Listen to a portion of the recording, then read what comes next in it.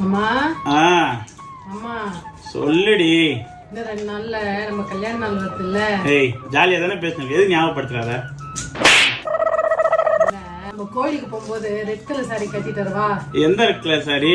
அன்னைக்கு நீங்க எனக்கு வாங்கி கொடுத்தீங்களே. ஓ அதுவா? அடம் பிடிச்சி வாங்கினியா? அதுவா? கட்டுவா உங்க இஷ்டம் தான். சரி, நீங்க என்ன சட்டை போட போறீங்க? எனக்கு என்ன, ஏதாவது பழைய சட்டை எடுத்து போட வேண்டியதுதான். அதுல என்ன இருக்குது? இல்ல, இந்த பொண்ணு பார்க்க வரும்போது ஒரு சட்டை போட்டு வந்தீங்களே, அது போட்டுவீங்களா? அததான் எரிச்சிட்டேன். ஏன்?